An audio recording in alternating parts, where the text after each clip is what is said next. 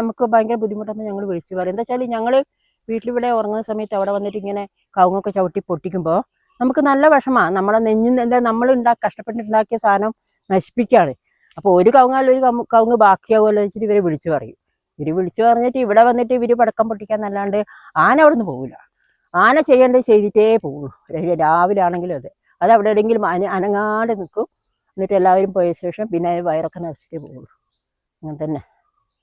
അതുകൊണ്ട് ഇവിടെ ജീവിതം കുറച്ച് ബുദ്ധിമുട്ടൊക്കെ തന്നെയാണ്. ആനയൊന്നും ഇല്ലാന്നുണ്ടെങ്കിൽ നമുക്ക് കുഴപ്പമില്ല, നല്ലൊരു സ്ഥലമാണ്. നമുക്ക് ജീവിതമാർഗം തന്നെ ഇപ്പോൾ ഭയങ്കര ബുദ്ധിമുട്ടാണ്. വരുമാനമൊക്കെ കുറഞ്ഞു. വരുമാനം ഇല്ലയെന്ന് തന്നെ പറയാം. എന്താ വെച്ചാൽ പന്നിയുണ്ട്, മാനുണ്ട്, ആനയുണ്ട്. ഒരു തേങ്ങയൊക്കെ ഇപ്പോൾ വില കൊടുത്ത് വാങ്ങണ്ട. ഞങ്ങൾക്കിപ്പോൾ വില കൊടുത്ത് വാങ്ങാം. 2 തെങ്ങുണ്ട് പറഞ്ഞിട്ട് കാര്യമില്ല. അതിലൊക്കെ കായ് കുറവാണ്. ഇപ്പം തേങ്ങ അടക്കം പൈസ കൊടുത്ത് വാങ്ങാണ്. പിന്നെ എല്ലാ സാധനങ്ങളും അങ്ങനെ തന്നെ.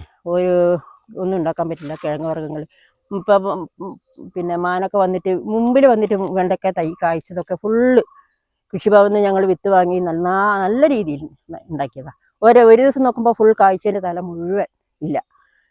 അതുകൊണ്ട് അതും നിർത്തി. പച്ചക്കറി ഒന്നും ഇപ്പോൾ ഇവിടെ ഉണ്ടാക്കാനൊന്നും പറ്റില്ല.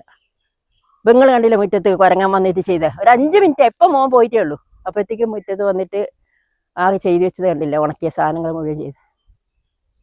അങ്ങനെയാണ്. അപ്പം ഈ വന്യമൃഗത്തിന് എന്തെങ്കിലും ഒരു പരിഹാരം ഉണ്ടാക്കണം.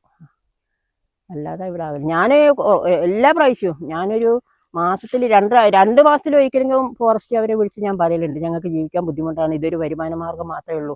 ഇല്ലെങ്കിൽ ഞങ്ങൾ അവിടെ വന്നിട്ട് കിടക്കും തന്നെ പറഞ്ഞു. ഞാൻ ഇടയ്ക്കിടയ്ക്ക് അവിടെ പോയിട്ട് അവരെ കാണല്ല, അവിടെ പോയി കാണും.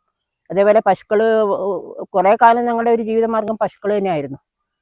ആ പശുക്കൾക്ക് ഇപ്പം പുല്ലില്ലാതെ ഈ ആന വന്ന് പുല്ലുകളൊക്കെ നശിപ്പിക്കുക. പിന്നെ പിന്നെ ഈ വന്യമൃഗങ്ങളെ ഉപദ്രവിക്കുന്ന പശുക്കുട്ടികളൊക്കെ നമ്മളെ കഴുത്തൊക്കെ കടിച്ച് മുറിച്ച് അങ്ങനെ എന്താണെന്നൊന്നും മനസ്സിലായിട്ടില്ല. അങ്ങനെ പശുക്കളൊക്കെ ചത്ത്.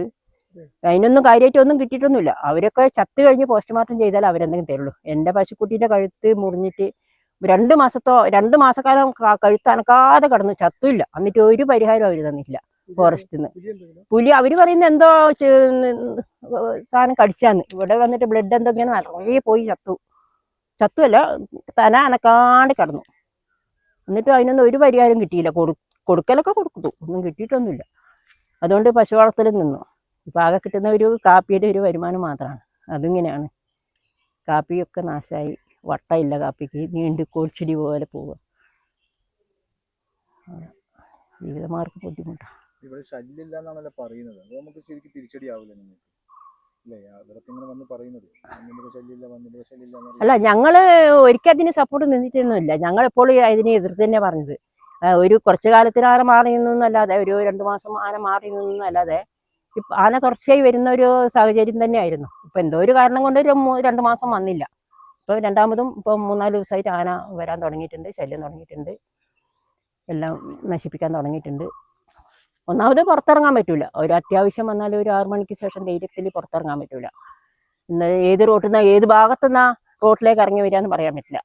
എല്ലാ റോട്ടിൽ നിന്നും വേണമെങ്കിൽ ഇറങ്ങി വരാനുള്ള ഒരു ചാൻസ് ഉണ്ടാവും. അപ്പം നമുക്ക് ധൈര്യത്തിൽ പോയാൽ തന്നെ മേലൊന്നും ഇറങ്ങി വരുന്നത് ഞങ്ങൾ കാണൂല.